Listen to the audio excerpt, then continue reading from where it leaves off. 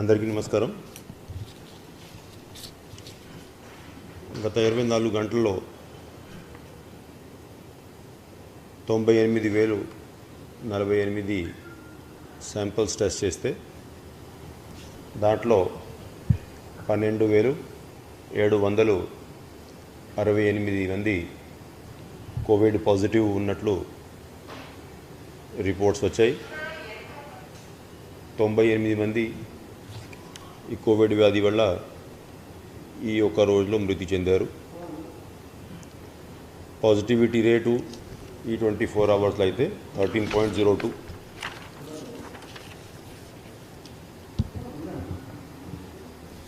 Beds availability రోజువారీగా ఇంకా పెరుగుతూ ఉంది అన్ని హాస్పిటల్స్లో. ఐసీయూ బెడ్స్ 6,070 బెడ్స్, టోటల్లో 4,488 బెడ్స్ ఆక్యుపై ఉన్నాయి. 1,582 బెడ్స్ ఖాళీగా ఉన్నాయి. అదేవిధంగా బెడ్స్ విత్ ఆక్సిజన్ లైన్స్ ఫ్రీగా అన్ని జిల్లాల్లో అవైలబుల్ ఉన్నాయి. 7,270 బెడ్స్ అవి అందుబాటులో ఉన్నాయి. ఇంకా మామూలు బెడ్స్ అంటే ఆక్సిజన్ లైన్స్ లేనటువంటి బెడ్స్ సంఖ్య చూస్తే టోటల్ 16,065 బెడ్స్ ఉంటే దాంట్లో కేవలం 4,357 బెడ్స్లో పేషెంట్స్ ఉన్నారు. మిగతా అన్ని బెడ్స్ ఖాళీగానే ఉన్నాయి. కోవిడ్ కేర్ సెంటర్స్లో మళ్ళీ ఉన్నటువంటి పేషెంట్ సంఖ్య తగ్గింది. 14,472 మంది కోవిడ్ కేర్ సెంటర్స్లో ట్రీట్మెంట్ తీసుకుంటూ ఉన్నారు.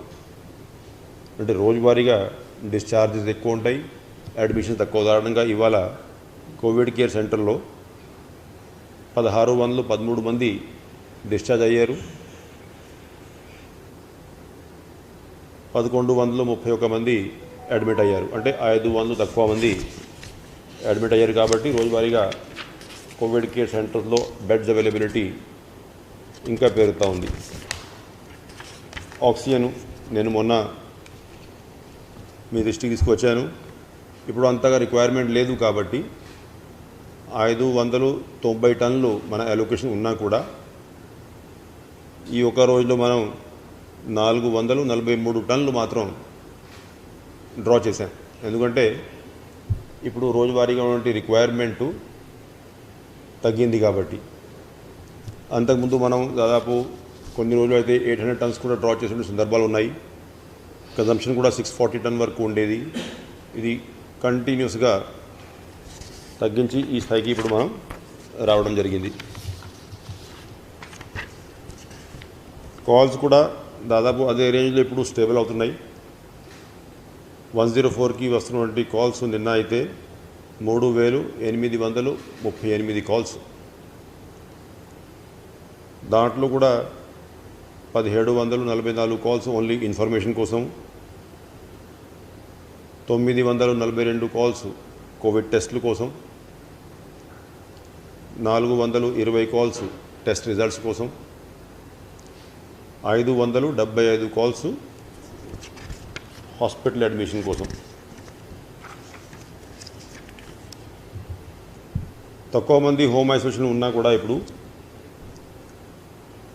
104లో ఏదైతే డాక్టర్స్ రిజిస్టర్ అయి ఉన్నారు 4,800 మంది డాక్టర్సు, దాంట్లో దాదాపు 900 మంది స్పెషలిస్ట్ ఉన్నారు.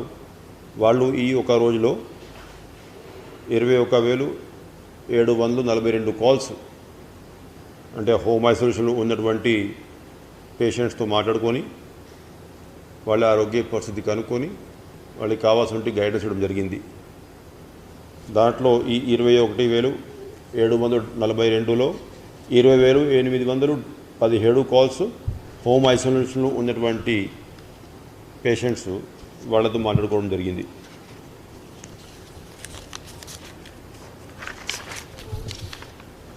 ఇక ఈ వ్యాక్సినేషన్ విషయానికి వస్తే అంతకుముందు డీటెయిల్స్ మీకు ఇవ్వడం జరిగింది. నిన్న సాయంత్రానికి ఒకటి అంటే మనం రాష్ట్ర వ్యాప్తంగా నిన్న ఈ 1 కోటి డోసెస్ ఫిగర్ సాధించడం జరిగింది. మొత్తం కలిపి 1,82,648 డోసెస్ మనం నిన్నటికి అడ్మినిస్టర్ చేశాం. వ్యాక్సిన్ అవైలబిలిటీ ఓవరాల్ పొజిషన్ మనం చూసుకుంటే 25,35,189 మంది బోత్ డోసెస్ వాళ్ళకి ఇవ్వడం జరిగింది. ఇంకా ఫస్ట్ డోసు తీసుకున్నటువంటి వాళ్ళు 50,12,270 మంది ఉన్నారు. ఇంకా ఇప్పుడు మన దగ్గర ఉన్నటువంటి స్టాక్ పొజిషన్ చూసుకుంటే నిన్న సాయంత్రానికి అది ఇప్పటికీ ఇంకా అది కూడా అయిపోయి ఉంటుంది. నిన్న సాయంత్రం మన దగ్గర 90,470 డోసెస్ కోవిషీల్డ్, 1,58,530 డోసెస్ కోవాక్సిన్ ఉన్నాయి అంతే. సో అవి ఈ కోవిషీల్డ్ ఇవాళ ఉండేది 90,000 మాత్రం కాబట్టి ఇవాళ వ్యాక్సినేషన్లో పూర్తిగా యూటిలైజేషన్ జరిగి ఉంటుంది. కోవాక్సిన్ ఏదైతే 1,58,530 ఉన్నాయి అది జిల్లా వారీగా ఆ కలెక్టర్ అసెస్మెంట్స్ చేసుకుంటున్నారు. అంటే వాళ్ళకి సెకండ్ డోసు కోసం కోవాక్సిన్ అవసరం ఉందా లేకపోతే ఫస్ట్ డోస్కి ఏమైనా ఉపయోగించుకోవచ్చా. ఎందుకంటే జూన్ నెల ఓవరాల్ ఫుల్ మంత్ మనం చూసుకుంటే మనం 3,33,270 మంది Covaxin second dose 30th June లోపల ఇవ్వాలి. అంటే ఎవరికి వాళ్ళకి 4 వీక్స్ ఎప్పుడు పూర్తి అయితే దాన్ని బట్టి మనం సెకండ్ డోసు ఇవ్వాల్సిన అవసరం ఉంది. సో ఆ 3,33,270 మందిలో మనం ఇప్పటికీ 17,036 మందికి సెకండ్ డోస్ కూడా ఇవ్వడం జరిగింది. అంటే ఇంకా 3,16,234 మందికి కోవాక్సిన్ తీసుకున్న వాళ్ళకి సెకండ్ డోస్ మనం ఇవ్వాల్సిన అవసరం ఉంది. దాన్ని బట్టి ఏదైతే ఈ 1,58,530 డోసులు ఉన్నాయో ఆ కలెక్టర్ అసెస్మెంట్ చేసుకొని ఉపయోగించుకుంటారు. 90,460 కోవిషీల్డ్ డోసు అయితే ఉన్నాయో అది ఇవాళ కూడా మొత్తం స్టాక్ ఎగ్జాస్ట్ అయిపోయి ఉంటుంది. టోటల్ మనం పిక్చర్ చూసుకుంటే 45+ కేటగిరీలో ఉన్నటువంటి వాళ్ళు, ఎందుకంటే మన రాష్ట్రంలో మనం గవర్నమెంట్ సప్లై వరకు 18 to 44 చేయట్లేదు కాబట్టి 45+ డేటా ఇంపార్టెంటు. మొత్తం కలిపి 45 వయసు దాటినటువంటి వాళ్ళు 1,33,07,889 మంది ఉన్నారు. దాంట్లో ఫస్ట్ డోస్ తీసుకున్నటువంటి వాళ్ళు 61,76,447 మంది, అంటే 46.41% కవరేజ్తో మనం ఈ 45+ వాళ్ళని వ్యాక్సినేట్ చేయగలిగాం. ఇంకా ఇప్పుడు ఉన్నటువంటి స్టాకు ఏదైతే కోవిషీల్డ్ కోవాక్సిన్ కలుపుకొని 2,48,990 డోసులు ఏది ఉన్నాయో అది కాకుండా government of India first Fortnite of జూన్లో మనకి ఇండికేట్ చేసింది 8,76,870 డోసెస్. అది ఇంకా ఎప్పుడు వస్తే లేకపోతే అంతకంటే ఎక్కువ ఒకవేళ గవర్నమెంట్ ఆఫ్ ఇండియా సప్లై ఇస్తే దాన్ని బట్టి ఇప్పుడు మనం ఈ వ్యాక్సినేషన్ షెడ్యూల్ ప్లాన్ చేసుకోవాల్సిన అవసరం ఉంది. అయితే ఈ వ్యాక్సినేషన్లో ఏదైతే మనం 45+ వాళ్ళకి వ్యాక్సిన్ చేయాలి అనేది నిర్ణయం తీసుకున్నాం, దాంట్లో ఎవరైతే స్టూడెంట్స్ విదేశాలకి వెళ్తూ ఉన్నారు లేకపోతే బయట వేరే వేరే ఉద్యోగాలు చేస్తూ ఉన్నారు అటువంటి వాళ్ళు అబ్రాడ్ వెళ్ళడానికి వ్యాక్సినేషన్ అవసరం అనేది ప్రభుత్వం దృష్టికి తీసుకువచ్చారు. దానివల్ల అటువంటి కేసెస్ బిలో 45 ఉన్నా కూడా వాళ్ళకి వ్యాక్సినేషన్ చేయాలనేది మొన్న సీఎం గారు ఇచ్చినటువంటి ఆదేశాల మేరకు నిన్న కలెక్టర్స్ అందరికీ కూడా ఆదేశాలు జారీ చేశాం. అయితే ఎవరైతే విదేశాలకి వెళ్ళాలి అనే ఉద్దేశంతో వ్యాక్సినేషన్ తీసుకుంటా ఉన్నారు వాళ్ళందరికీ సలహా ఏంటంటే వ్యాక్సినేషన్ సమయంలో వాళ్ళు పాస్పోర్ట్ నెంబర్ కోడ్ చేసుకుంటే మంచిది. ఎందుకంటే కొంతమంది ఆధార్ నంబర్ ఇచ్చి వ్యాక్సినేషన్ తీసుకున్నారు. ఇప్పుడు కొన్ని దేశాలకి వెళ్ళేటప్పుడు వాళ్ళు ఆ పాస్పోర్ట్ నెంబర్ని బట్టి ఆ వ్యాక్సినేషన్ సర్టిఫికేట్ వెరిఫై చేస్తూ ఉన్నారు. అదే ఒక్కసారి ఆధార్ నంబర్తో ఈ వ్యాక్సిన్ తీసుకున్నప్పుడు మళ్ళీ రివైజ్డ్ సర్టిఫికేట్ ఇవ్వడానికి ఇప్పుడు ఉన్నటువంటి కోవిన్ అప్లికేషన్లో ఆ అవకాశం లేదు. కొంతమంది కొన్ని దేశాల నుంచి ఈ ఆధార్ నంబరు పాస్పోర్టు ఈ క్లారిటీ లేకపోవడం వల్ల ఇబ్బంది అయింది అనేది జిల్లా కలెక్టర్లు మన దృష్టికి వస్తే గవర్నమెంట్ ఆఫ్ ఇండియాకి లెటర్ కూడా రాశాం. అంటే ఎవరికి అయితే అంతకుముందే ఆధార్ నంబర్ మీద వ్యాక్సినేషన్ చేయడం జరిగింది వాళ్ళు కోరుకుంటే వాళ్ళు అడిగితే మళ్ళీ ఆ సర్టిఫికేట్లో పాస్పోర్ట్ నంబర్ కూడా నమోదు చేసేటువంటి అవకాశం కల్పించాలి ఆ కోవిన్ అప్లికేషన్లో. అది ఎందుకంటే ఆ అప్లికేషన్ డిజైన్ చేసింది government of India throughout the country, ఒకటే అప్లికేషన్ ఉంది కాబట్టి ఆ మార్పు కూడా వాళ్ళే చేసుకోవాల్సిన అవసరం ఉంది. Government of India health secretary గారికి ఆ విషయం తెలియజేశాం. As and when it is changed అప్పుడు మనం వాళ్ళకి ఆ రివైజ్డ్ సర్టిఫికేట్ ఇచ్చే అవకాశం ఉంటుంది. అది కాకుండా ఈ ఎవరైతే ఈ సీనియర్ రెసిడెంట్స్ ఉన్నారో డాక్టర్సు, ఇప్పుడు ఉన్నటువంటి సీనియర్ రెసిడెంట్స్ డాక్టర్స్ బ్యాచ్ సెప్టెంబర్లో గత సంవత్సరం డ్యూటీస్కి చేరారు. వాళ్ళందరూ గత కొన్ని రోజుల నుంచి వాళ్ళకి ఇస్తున్నటువంటి స్టైపెండు తక్కువ ఉంది, 45,000 ఉంది.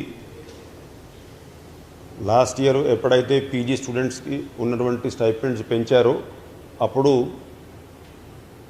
ఆ స్టైపెండ్స్ పెంచలేదు కాబట్టి మా స్టైపెండ్స్ పెంచాల్సిన అవసరం ఉందనేది రిక్వెస్ట్ చేస్తూ ఉన్నారు. ఆ స్టైపెండ్ని 45,000 నుంచి 70,000కి పెంచాలనేది గవర్నమెంట్ నిర్ణయించుకుంది. అయితే ఈ స్టైపెండ్లో ఇంకా కొన్ని రిక్వెస్ట్ వాళ్ళు చేస్తూ ఉన్నారు. అంటే ఈ స్టైపెండ్ జనవరి బదులు సెప్టెంబర్ నుంచి అమలు చేయాలని,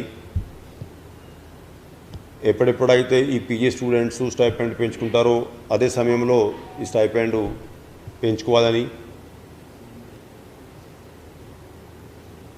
ఈ ఏదైతే ఇప్పుడు final year PG students 3 years PG course చేశాక ఎగ్జామ్స్ వాయిదా పడ్డాయి కాబట్టి అటువంటి వాళ్ళకి కూడా ఈ స్టైపెండ్ వాళ్ళని సీనియర్ రెసిడెంట్స్గా కేటాయించేటప్పుడు ఇదే స్టైపెండ్ అమలు చేయాలని, త్వరగా వాళ్ళ ఎగ్జామ్స్ కండక్ట్ చేసేయాలి, ఆ ఎగ్జామ్స్ అయ్యే వరకు ఈ స్టైపెండ్ ఇంప్లిమెంట్ చేయాలి. అట్లాగా కొన్ని ఒక 6-7 రిక్వెస్ట్లు చేయడం జరిగింది. దాని మీద వాళ్ళేదో కూడా ఇవాళ చీఫ్ సెక్రటరీ గారు మేమందరం కొంత డిస్కషన్స్ నిర్వహించాం. వాళ్ళకి ఈ కోవిడ్ టైంలో డ్యూటీస్ డిస్ట్రప్షన్ వద్దు అని చెప్పేసి అపీల్ ఇవ్వడం జరిగింది. ఏదైతే రిక్వెస్ట్లు చేశారో అవి ఎగ్జామిన్ చేస్తూ ఉన్నాం. చర్చలు అయ్యాక ఎంతవరకు ఏ రిక్వెస్ట్ని మనం కన్సిడర్ చేయగలుగుతామో అది త్వరగా ఈ వచ్చే వారం నిర్ణయం తీసుకొని ఇంకా వాళ్ళకి కమ్యూనికేట్ చేయడం జరుగుతుందనేది తెలియజేశాం. అంటే దాంట్లో సీనియర్ రెసిడెంట్స్ ఉన్నారు, అదేవిధంగా ఈ జూనియర్ డాక్టర్స్ కొంతమంది ఇన్వాల్వ్ అయి ఉన్నారు. వాళ్ళందరితో కూడా చర్చలు నిర్వహించి వాళ్ళకి సరైనటువంటి ఎన్వైర్న్మెంట్లో డిస్కషన్స్ చేసి ఎంతవరకు ఇంప్లిమెంట్ అయ్యే అవకాశాలు ఉన్నాయనేది కూడా తెలియజేశాం. దాంట్లో గవర్నమెంట్ ఆర్డర్స్ తర్వాత బ్యాలెన్స్ ప్రక్రియ చేసుకోవాల్సిన అవసరం ఉంది. అవి ఒకటి ఎగ్జామిన్ చేసేసి ఇంకా వచ్చే వారం దాని మీద కావాల్సినటువంటి ఆర్డర్స్ ఏదైతే ప్రభుత్వం ఇంప్లిమెంటేషన్కి ఫిజిబుల్గా ఉన్నాయో అనేది నిర్ధారించుకుంటారు. దాని వరకు ఈ ఆర్డర్ ఇవ్వడం జరుగుతుంది. ఈ క్వశ్చన్స్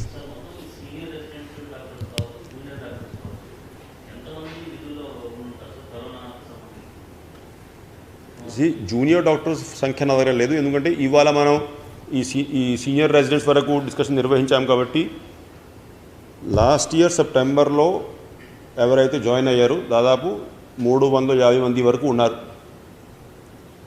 అది కాకుండా మనం ఎవరైతే 3 ఇయర్స్ పీజీ చేసుకున్నారో పీజీ చేసుకొని ఈ ఎన్ఎంసీ ఏదైతే డైరెక్షన్స్ గైడ్లైన్స్ ఇచ్చారో అప్పుడు, అంటే ఒక 1 month బ్యాక్ స్టాఫ్ షార్టేజ్ ఉంది, ఈ ఫైనల్ ఇయర్ పీజీ వాళ్ళు కూడా తీసుకోవచ్చు అని ఏదైతే గైడ్లైన్స్ ఇచ్చారో ఆ గైడ్లైన్స్ మేరకు ఇప్పుడు మనం ఏం చేసాము, ఆ 3 years ఎవరికైతే పూర్తి అయిందో ఎగ్జామ్స్ పోస్ట్పోన్ అయినాయో కాబట్టి వాళ్ళే అందరినీ కూడా సీనియర్ రెసిడెంట్స్గా తీసుకోవడం జరిగింది. వాళ్ళు దాదాపు 800 మంది ఉన్నారు. సో 800 + 350.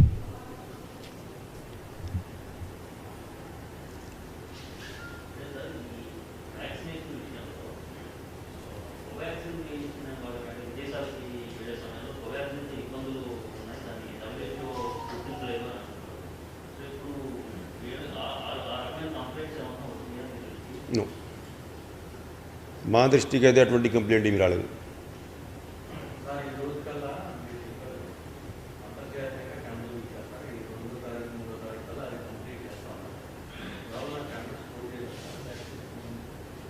ఆ ఇష్యూ రేపు చెప్తాం కదా, ఇవాళ కదా last date. Sir tomorrow we will discuss this.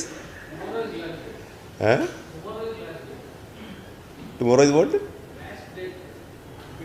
అదే చెప్పేది, దానివల్ల రేపే చెప్తాం కదా.